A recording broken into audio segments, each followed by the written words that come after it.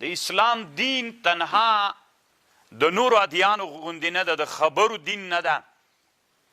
اسلام داسې یو قانون راوړی چې هغه به متحرک هم وي، تنها به خبرې نه کوي. ډېر وخت نبی علیه السلام په مکې مکرمې کې څوک شروع که خبرې وې، انسانان دعوت سول. خو کله چې مدني ژوند ته راغی بیا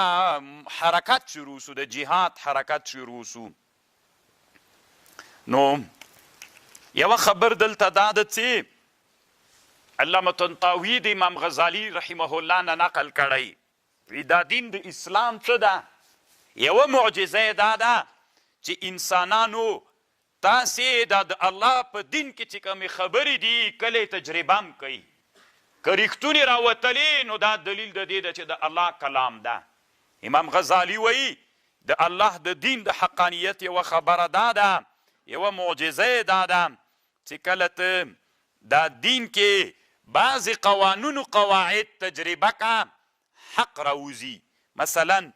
والذین جاهدوا فینا لنهدینهم سبلنا، دا اوس د الله یو قانون ده، والذین جاهدوا فینا لنهدینهم سبلنا. څوک چې د موږ په لاره کې مجاهده وکړي، الله وایي زه خامخا لاره د کامیابۍ لاره ورښیم، وروی ښودله که نه،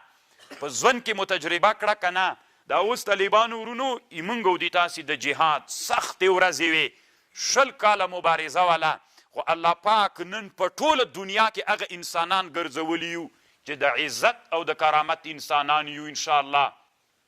یو دویم دا د طالبانو ورونو بېګا د اسرائیلو وزیر دفاع پخوانی متقاعد سوی وزیر دفاع خبره وکړه، وایي د غزې په جنگ کې کوم خبرونه چې اسرائیلي فوج خپروي دا ټول دروغ دي. 15,000 اسرائیلي فوجیان مړه او زخمیان دي په دې جنگ کې. نو دومره ډېر مرګزوبله یې ښودلې ده.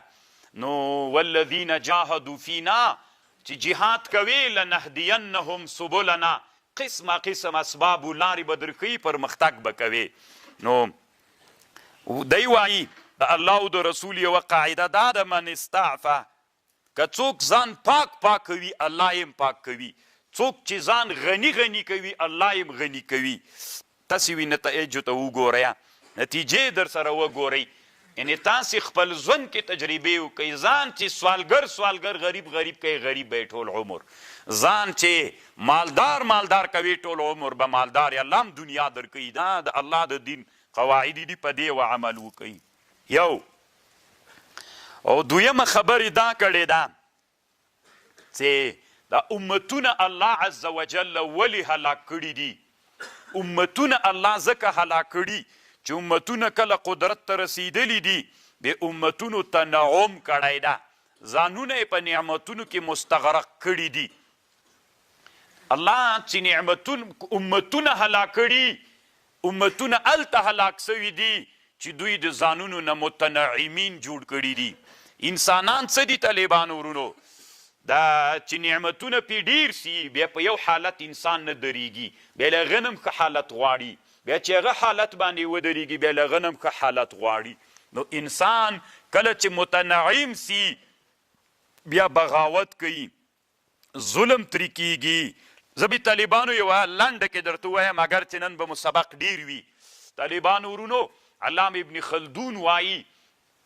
چې کله حکومت متنعم سي هغه حکومت الله نړوي. اوس ګورئ تاسې فرض کوئ دغه جومات کې چې دا ناست یئ رئیسانو، وزیرانو، والیانو، ولسوالان یئ که نه؟ نو تاسې ته طالبانو ورونو زه مو باچا یم، ما تاسې ته تنخواوې مقررې کړلې، چې مقررې مو کړلې او د تاسې څارنه ما نه کوله، متنعم سوئ. که خوند یې درکړ، پوس موټر، ښه خوراکونه او ښه کورونه، ښه پرشونه. نو دا وزیران څه وخت بعد راغلل او ما ته یې ویلې چې پاچا صاحب مینه وی دا پیسې خو دې موږ نه بس کېږي، کلک دې راته ډېرې کړې وای. طالبانو ما تاسو ته دومره پیسې مقررې کړي دي چې د دې ملت بودیجه زه ګورم، بودیجه کې دومره پیسې دي چې په تاسې تقسیم کم تاسې ته ایله ورسېدلې که نه؟ نو تاسې بیا راغللی یوه کال چې ووته، نو تاسې هغه یو کال مو چې ووته، تیر کال مو ښځې ته چې کالي اخیستل نو طالبانو متر په 1000 روپیو څه کالې تا ته ښځه وایي چې نه وزیر صاحب د پلانکي وزیر ښځه بله ورځ هلته هغه و یو مجلس و هغې ته راغلی و ډېر خطرناک کمیس یې کړي و د 2000 روپۍ کمیس به ماته کوې چې 2000 روپۍ کمیس و نو ته خو متنعم سوی یې اوس تنها د دې وشي غم نیولی مخکې د بل چې شي فکر در سره و نو هغه چېرته خفه کوې پوهېږې خو که نه نو د 2000 روپۍ کمیس دې ورته واخیستې مې ترې په 2000 روپۍ باندې ده نو خرچه دې څنګه سوه لور دې زوی دې د تا خوراک ته چې که هغه غواړي نو خو د عسکرو ته به دې هم ښه شی ورکوې کور رنګ چې ده مخکې خو چې ووه چې راغلی واک ته نه ولې رنګ پسې کله ګرځېدلې ښه اوس وایي چې دا باید دایي نه دا سپین نه دا یوه رده وي دا بل رنګ وي دا بل ګلان نشته پکې ښه څومره سو نو 1 لک روپۍ رنګ غواړي نو دا ټولې پیسې چې یو وزیر را حساب کړلې تیر کال بودیجه دې 10 لک روپۍ وه کالي راواخله ډوډۍ راواخله میلمانه مې را ډېر سوي دي که نه دی چې ښه ډوډۍ باید میلمنو ته تیاره کړي ځکه شرم ده خلک به څه وایي چې زه وزیر یم مخکې دا خبر نه وله نو 15 لکه روپۍ د دې وزیر زیاتې سولې 15 لکه دا بل زیاتې سوې 15 لکه دا بل زیاتې سوې د والي صاحب سوې د ولسوال صاحب سولې د استخباراتو سولې د قمندان صاحب سولې دا به ټولې چا ته راځي باچا صاحب ته راځي نو که باچا صاحب اوس دوی سره دا خبره ومني خو مجبور یې ومني ځکه باچا خپله څوک سوی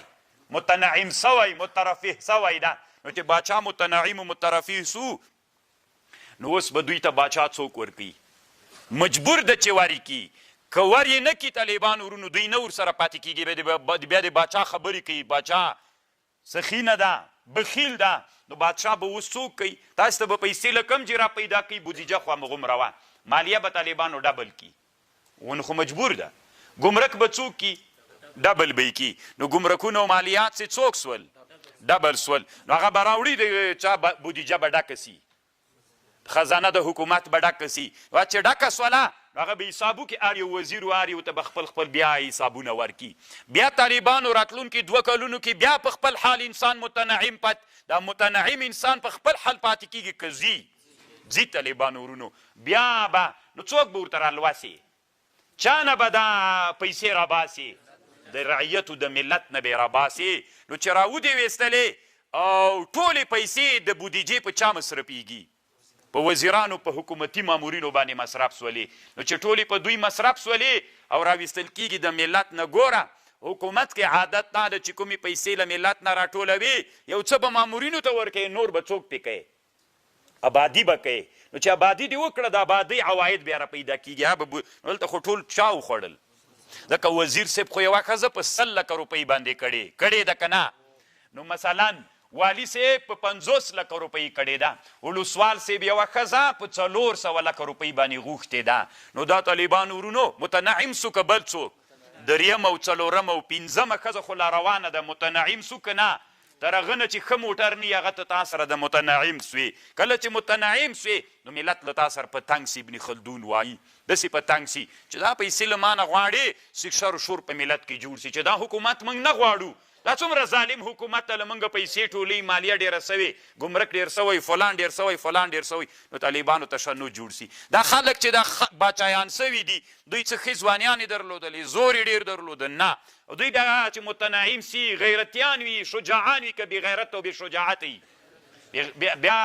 انسان طالبانو اول کې چې شجاع یې داسې نه ده چې تر اخر به دی شجاع وي خبر پوه سئ دا د حضارې د ژوند یو حالت ده د بدوي د ژوند بل حالت ده د بدوي په ژوند کې سړی شجاع وي کله چې د حضارې ټولنې ته راغلې یعنې د حکومت ټولنې ته که متنعم لاړلې بیا د تا څوک ختمیږي شجاعت دې ختمیږي نو چې شجاعت دې ختم سو چې یو دم د ملت کې یو څو بدماشانو ټوپک راواخیستل او د لیوني سول نو بیا